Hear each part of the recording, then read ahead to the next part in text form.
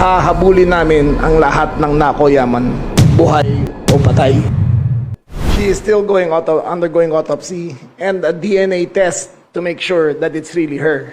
Baka budol-budol to diba? So naninigurado lang tayo na siya talaga yan. We offer our condolences to the family.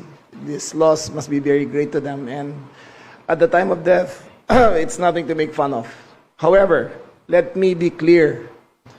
Ang pagkamatay ng isang tao ay hindi ibig sabihin titigil ang gulong ng hustisya.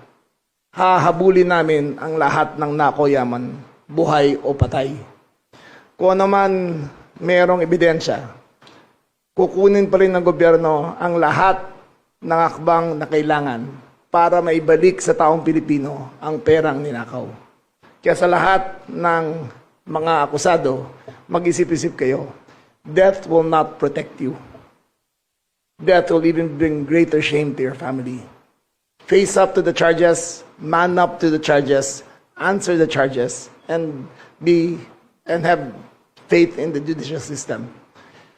To the Filipino people, we assure you that no one is sacred, that death or whatever act can protect you from the government recovering the stolen money of the people.